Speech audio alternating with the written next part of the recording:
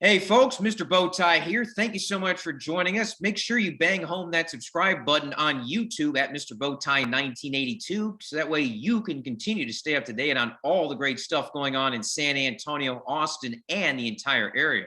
And you'll want to make sure to tune in because we've got a treat for you today. Last week, I had a chance to talk to Ty Summers from San Antonio, Reagan, who was playing in the NFL at the Green Bay Packers, to talk about the upcoming draft. Well, Marcus Davenport also comes to join us to talk about the draft. Marcus played at San Antonio Stevens under the legendary Darrell Hemphill. He's having a great career at the New Orleans Saints as a first-round pick. And Marcus, first off, it seems like it was just a year or two ago that you were drafted, and now it's been, 5 years or so? I guess time really does fly.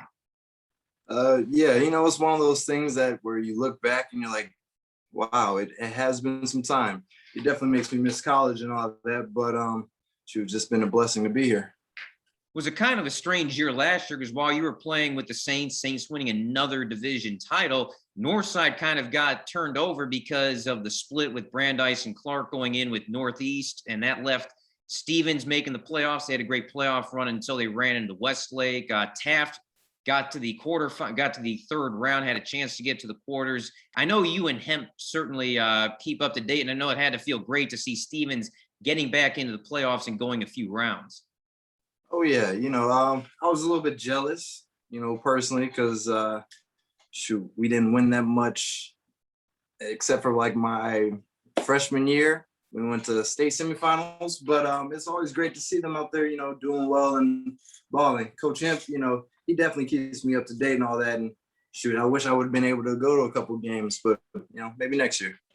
I got to ask you, when Westlake beat Stevens, Westlake won their second straight title. Did Drew Brees, who just retired, did he give you any ribbing in the locker room? No, I actually felt bad. I was like, hey, Drew, we play y'all, right? My school, we play y'all. And it was like right before the game. And then, I didn't get to watch the game. The score came out and I'm like, yeah. Oh, this is, look, hey, as soon as we get the chance, we got to go back and beat him. So yeah, he didn't give me too much of a ribbon, but yeah, I was a little, not embarrassed, but a little upset.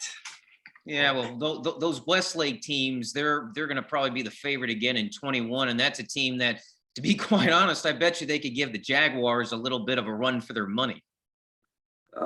That's tough.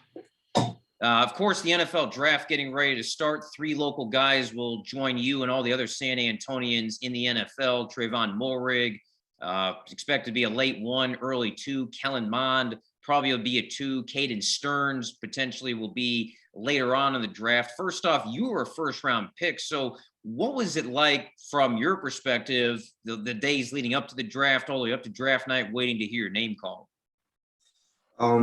Just like them, just like almost everybody, waiting for the draft, you're going to be nervous. And that's really what I was. But I think the only thing, when I think about it, I was so nervous that some parts I forgot to enjoy. But luckily I had my family around. So at least while I was being nervous, they were enjoying it for me. So, those are great memories. Certainly being a first-round pick, you didn't have to wait long. What was it like for those who didn't get to experience it when you got the call from New Orleans saying, hey, we want you, up to hearing your name called, and then all the stuff that happened after that? The wait was longer than I expected. It was especially, going 14. I think we waited an hour or so, and just there, it's nerve-wracking because you don't know. You don't necessarily want to be the guy that is still left there on the second day, especially when you go to the draft. But I got the call from 504, and I'm like, I know this number. I know this area code. My dad's from New Orleans, and so I answer it. First, I talked to Mickey, and then I talked to Sean, and the TV's around, everybody's screaming. I have to calm everybody down, and they finally called my name. So I walk up there, and I'm just thinking, don't trip. You've already walked these steps. Don't trip. And at first, I wasn't necessarily planning on giving the commissioner a hug, but I got up there and, overfilled with emotions. I hugged him and I'm like, The walk was terrifying. It was all kind of terrifying in the sense that, it was just something so spectacular. But, it was awesome. Yeah, and when I was talking to Ty a couple weeks ago, I know he was a late pick. He went to Green Bay. He told me that the wait was tough, but it was also great to get onto a great franchise. Of course, New Orleans and Green Bay play each other almost every year because they win division titles. It certainly had to help for you, not only being a first-round pick, but going to the Saints that have had so much stability with Sean Payton and Drew Brees versus potentially ending up on another team where things maybe wouldn't have gone quite as well as they have so far in New Orleans. Well, yeah, no, I was blessed to be able to be selected by them and to be able to be a part of this team. And really, I'm just lucky in that sense that, like you said, we have that stability. We have that culture of trying to do the right things and then, winning with the right things. But as always, we only want to get better. So, that's what we're adding. There's always the pressure of being a first round pick just because all the prognosticators look at you. All the people are always trying to put the higher bar up for the first round picks and stuff. How have you handled the pressure throughout your career with being that first round pick and being able to continue to get better and having that great career that you've had so far? Honestly, I didn't handle it well. I'd say coming from UTSA, I wouldn't say it was a small school, but a newer school. And, for the most part, I think I listened too much to, the writers, everybody else, anybody that had a voice. I kind of listened at one point, and for a good while, it got me off my game, and then I started doubting myself. And, I know I've gotten better, but shoot, I haven't even done what I really can do consistently. So, shoot, I am lucky though, especially coming to the Saints, being around Cam, being around my friend Trey, is with Cincy now, being around a lot of good players, have helped me build up my own confidence or build it back to a point where, you, especially to the other guys coming in, you're a player too, shoot, don't listen to what people say you can't do or what, a lot of it's just nonsense. A lot of people just talk, and there's a lot of opinions out there. But at first, I don't think I handled it quite well, or actually knew what I was, how would I say, looking for. And so I didn't know where I was going. And so, shoot, now, after another year and this off season and COVID gave me a little bit break to think, and hey, I think I'm lucky. Absolutely. Well, as we mentioned, 3 guys will get drafted. Trevon Moehrig from Smithson Valley via TCU, Kellen Mond, who played at Reagan and IMG via Texas A&M, and Caden Sterns, who played at Steele via the University of Texas. You really hit on some great points about handling it.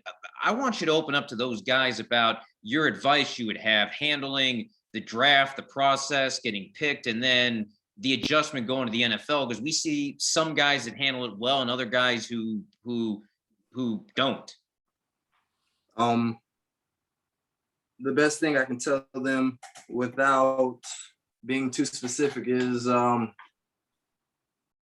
it might sound weird or cliche, but you're a dog, and I think of it, you go out there and hunt, you're the predator, and I'll explain on that more. Just how would I say, these guys aren't special. We aren't special. People already in the league necessarily aren't special in the sense that you're a part of us too. We're not different. And the only thing is, you go out there and you do your own thing and you do what works and you keep on improving your craft, you'll be one of the special guys in the group of special guys. And, I always just think it's that simple. It's just football. And so, don't take anything for granted, learn from your vets, learn from your coaches, talk to them, be real personable. But remember just, what you're doing, why you're doing it. It's a business, and keep that chip on your shoulder. Obviously, these guys, as you probably have had, and a lot of other professionals I know, you get people that will come out of the woodworks all of a sudden asking for money or for gifts or for help and stuff. Ty mentioned about having to say no. what advice do you give those three about being able to handle that when they're going to get a lot more attention than they've ever seen in their lives, even though all three played at major universities? Practice saying no. Yeah, of course, no is a really big one. Know what you're getting into and don't feel bad. You don't necessarily owe anybody anything. You owe yourself. And I would say your family, your immediate family, but that only goes to the extent that they're trying to do right by you or right for you. It's okay, to make the hard decision to leave people alone, to get yourself out of these different situations. It's okay to be selfish and, taking the time to, back away from people and actually observe them. You never necessarily know what people are coming for, and it's not always wrong to say no, or I'm going to do some more research on it, or, it's okay to be selfish. I know all three of the guys have close family connections. I know Kellen and his family are very, very close. I've covered them for years. Trevon and his mom are very close. Of course, the Sterns family with Jordan having played in the NFL. I know that's certainly got to help them out with having that bedrock, because more likely than not, unless they get picked by somebody in Texas, they're probably going to be going to a city that they maybe have never been to before. Yeah, I understand that. Luckily, I'd been to New Orleans, and my family's from here, and I'm really lucky on my support system. I can say that. For a while, I had my dad, my mom, my family, being able to say no for me. But as with anything, growing and maturing, I'm trying to be able to take that role and become more of a leader in not necessarily my own life, but in my family and just in general.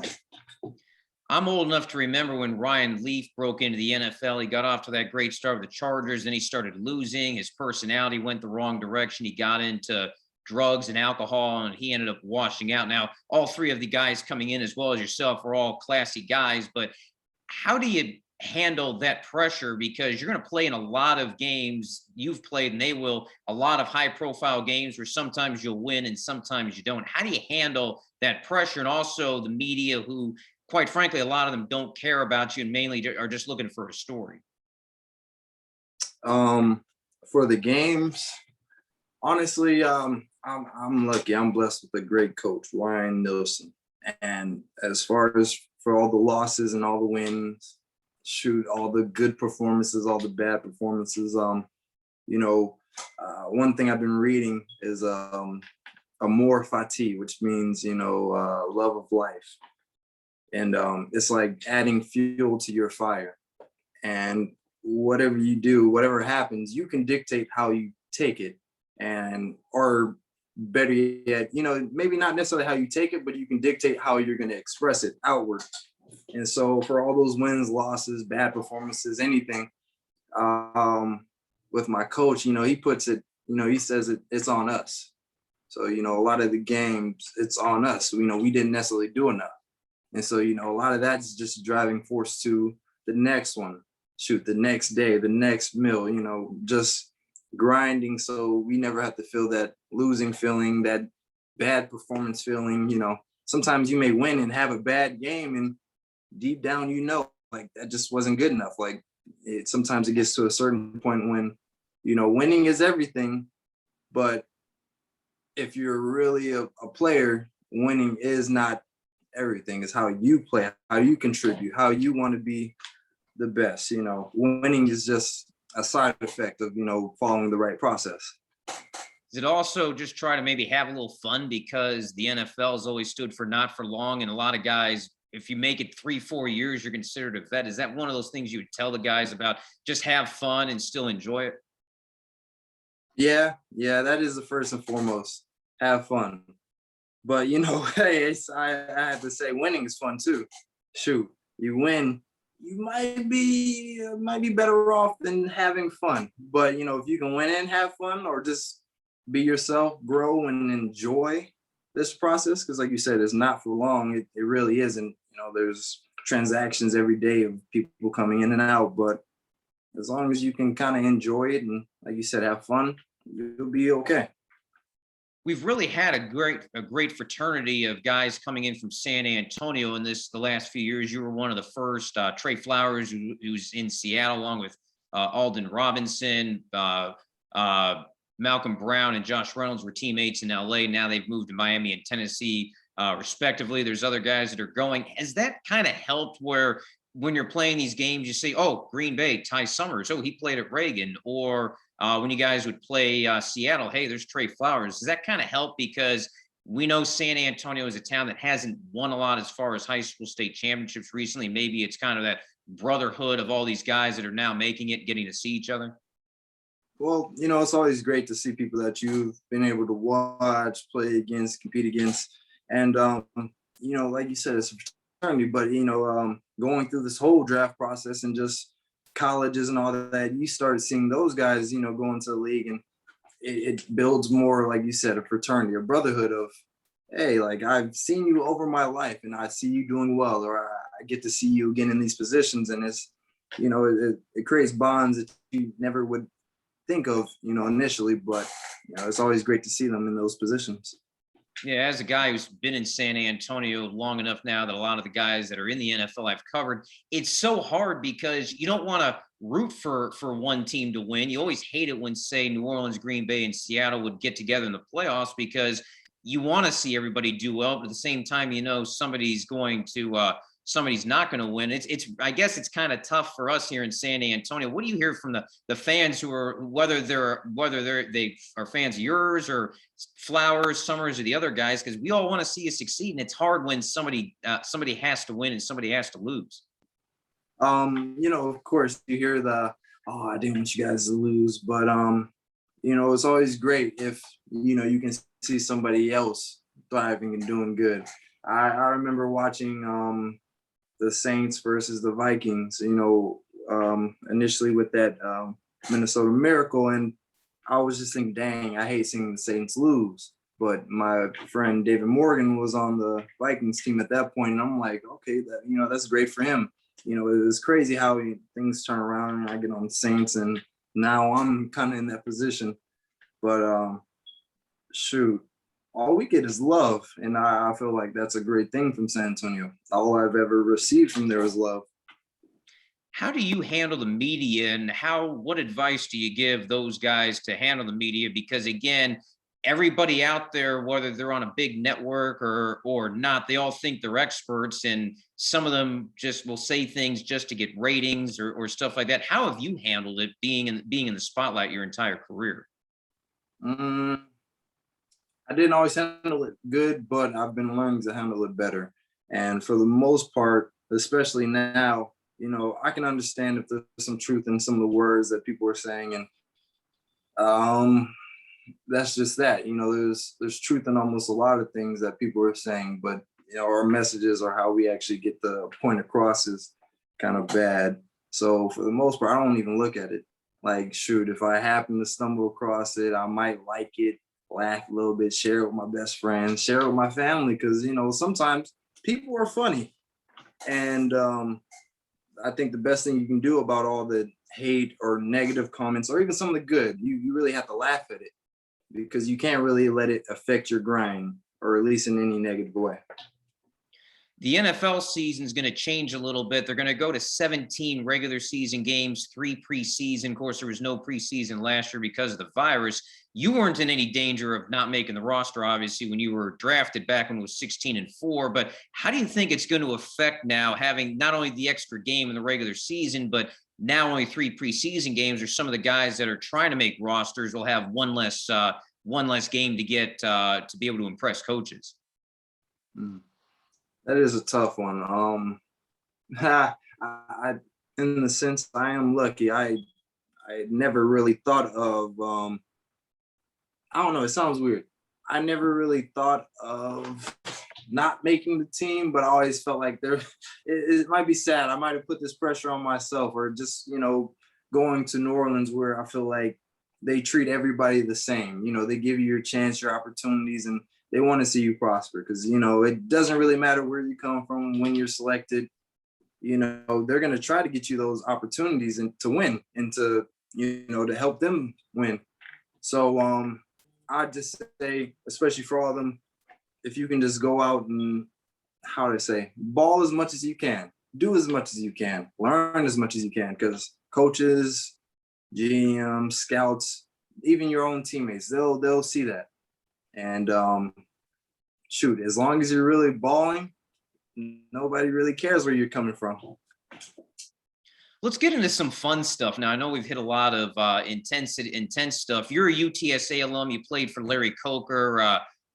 Jeff Traylor is now the head coach. I've gotten to know him, and everybody I've talked to says that Traylor is really a great players guy because of how he cares about the players, how he really didn't have to recruit San Antonio when he came back in. I know you've gotten to know him a little bit since you left. What's your thought on Traylor as he continues to grow UTSA up in Conference USA?